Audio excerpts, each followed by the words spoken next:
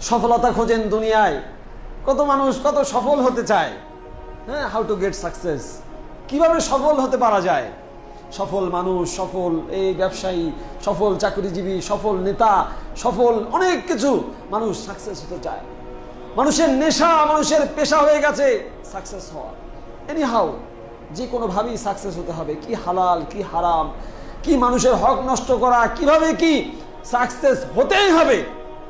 আপনি যে সাকসেসের নীতিমালা বানিয়ে নিয়েছেন, আপনি যে সফলতার নীতিমালা লক্ষ্য বানিয়ে নিয়েছেন, কোরআনের সাথে মিলিয়ে কি দেখেছেন আপনার সফলতার নীতি আর কোরআনের সফলতার ব্যাকরণ বা নীতি এক কিনা? আপনি যাকে সফলতা মনে করছেন আল্লাহ সুবহানাহু ওয়া তাআলা সেটাকে সফলতা মনে করছেন কিনা? আপনি যাকে ব্যর্থতা মনে করছেন আল্লাহ সুবহানাহু ওয়া তাআলা সেটাকে ব্যর্থতা মনে করেছেন কিনা? মিলিয়ে দেখেননি। একখানা আয়াত দিয়ে মিলিয়ে একটু দেখাই।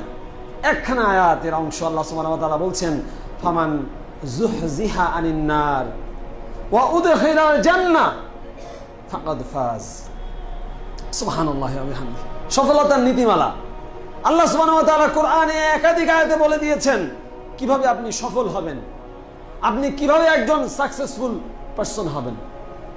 কিভাবে কিভাবে আল্লাহ তাআলা বলছেন, ফামান যুহজিহা আনিন নার, যে ব্যক্তিকে জাহান্নাম থেকে, আগুন থেকে বাঁচানো হলো, যে ব্যক্তি জাহান্নাম থেকে বেঁচে গেল, যে ব্যক্তি জাহান্নামে যাওয়ার কাজ করলো না, যে ব্যক্তি জাহান্নাম থেকে বেঁচে গেল, জাহান্নামে যেতে হলো না, উদখিলাল জান্নাহ, এবং জান্নাতে ঢুকানো হলো।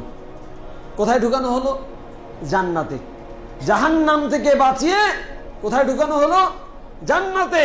আল্লাহ তাআলা বলছেন, ফামান যুহজিহা আনিন নারি, যে ব্যক্তিকে জাহান্নাম থেকে বাঁচিয়ে উদখিলাল জান্নাহ, জান্নাতে ঢুকানো হলো, ফাকাদ ফাজ, সে ব্যক্তি সফল কাম, সে ব্যক্তি সফল কাম, সে ব্যক্তি সফল কাম।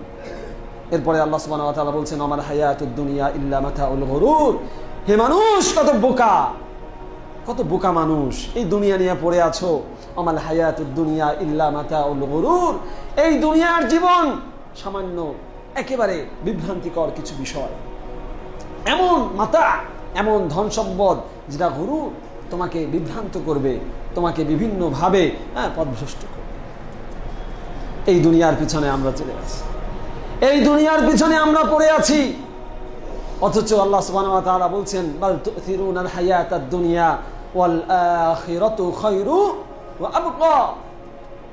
আশ্চর্য ব্যাপার, তোমরা এই দুনিয়া নিয়ে পড়ে আছো, বাল তুসিরুনাল হায়াতাদ দুনিয়া, এই দুনিয়ার জীবনকে তোমরা অগ্রাধিকার দিচ্ছ, অথচ ওয়াল আখিরাতু খায়রু ওয়া আবকা, আল্লাহর কাছে যে আখিরাত আছে, দুনিয়ার পরে মৃত্যুর পরের যে জীবন রয়েছে, সেই জীবন হচ্ছে আল্লাহ সুবহানাহু ওয়া তাআলার কাছে সবচেয়ে উত্তম এবং আবকা, সবচেয়ে স্থায়ী, সবচেয়ে স্থায়ী।